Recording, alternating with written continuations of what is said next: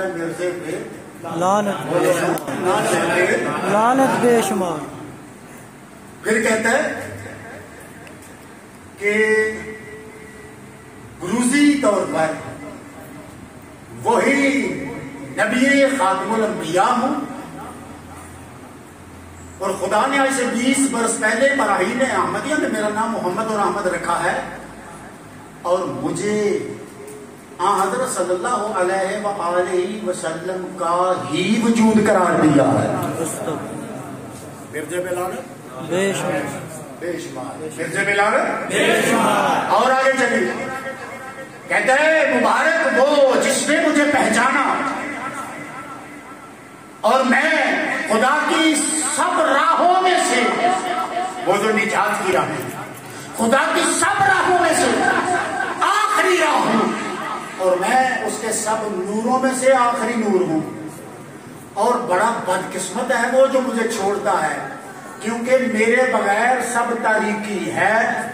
اب جو مرزے کو نور اور آخری نور مانتا ہے وہ تو رہے خاموش اور جو آمنہ کے لال کو آخری نور مانتا ہے کہے مرزے پہ لعنت. کہتا ہے میں آدم ہوں میں نوح ہوں میں داؤد ہوں میں عیسیٰ ابن مریم ہوں میں محمد رسول اللہ ہوں. اور کہتا ہے کہ کیا اس بات میں کوئی شک رہ جاتا ہے کہ قادیان میں اللہ تعالیٰ نے پھر محمد رسول اللہ کو اتارا ہے. بات پھر آدھا گھنٹہ پہلے والی کرتا ہوں. باپ کے لیے ماں کے لیے بیٹی کے لیے بیوی کے لیے بہن کے لیے خیرت میں آنے والے یہ رشتے ٹوٹ جائیں گے لیکن محمد عربی کا رشتہ ٹوٹنے والا نہیں ہے. ہم جھگڑے پسند نہیں کرتے ہم انتشار نہیں کرتے ہم پرامن لوگ ہیں لیکن یہاں بتاؤ کیا کریں بات ہماری خیرت کی ہماری عزت کی نہیں بات نبوت کی غیرت کی ہے نبوت کی حرمت و عزت کی ہے. یہی وہ مقام ہے کہ کٹ جائے 100 مرتبہ منظور ہے ہم قتل ہو جائیں 100 مرتبہ منظور ہے. نبی کے نام پر اگر حرف آئے عاشقوں کا طریقہ کیا ہے. صدیق اکبر نے باپ ابھی کہا تھا ابھی اسلام قبول نہیں کیا میرے نبی کے بارے میں چند جملے ایسے بولے یہ نہیں دیکھا میرا باپ کھڑا ہے تھپڑ مارا منہ پہ.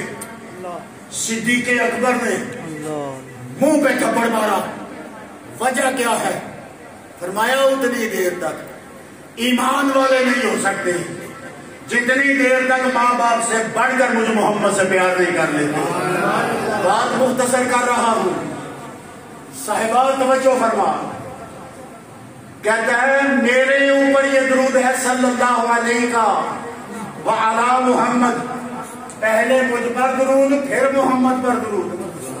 سنی سن توجہ کر یہ بہت بڑا فتنہ ہے اور میں نموس رسالت کے حوالے سے مختلف ادوار میں جو واقعات ہوئے ان کی بھی مثالیں دیتا لیکن سب سے بڑا فتنہ قادیانیت ہے. یہ انگریز کا خود کاشتہ پودا ہے. صاحبہ بات ختم ہو گئی. اِنَّا أَعْطَيْنَاكَ الْكَوْثَرَ کس کی شان میں آیا ہے بولو بولو ذرا زبان سرکار کی گواہی دے رہی ہو ذرا. اِنَّا أَعْطَيْنَاكَ الْكَوْثَرَ سرکار کی کس کی شان میں ہے وَرَفَعْنَا لَكَ ذِكْرَكَ حضور کے لیے ہے. هُوَ الَّذِي أَرْسَلَ رَسُولَهُ بِالْهُدَى وَدِينِ الْحَقِّ حضور کے لیے ہے.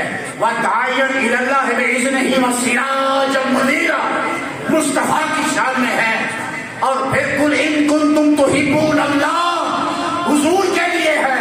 وَمَا أَرْسَلْنَاكَ إِلَّا رَحْمَةً لِلْعَالَمِينَ کتنی آیات پڑھو سب آیات حضور کے لیے ہیں.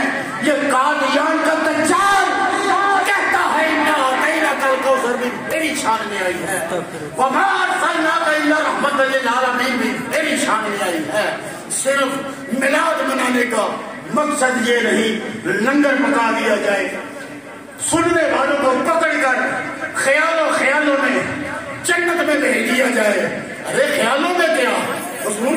پر کھڑا ہو، حضور کی بات کر، حضور کی عزت کے لیے کھڑا ہو، حضور کی حرمت کے لیے جب تو پہرا دے گا پھر خیالوں میں نہیں، مصطفیٰ خود تجھے اپنے ہاتھ سے جنت میں لے جانے والے ہوں۔ ورفعنا، اللہ کا ذکر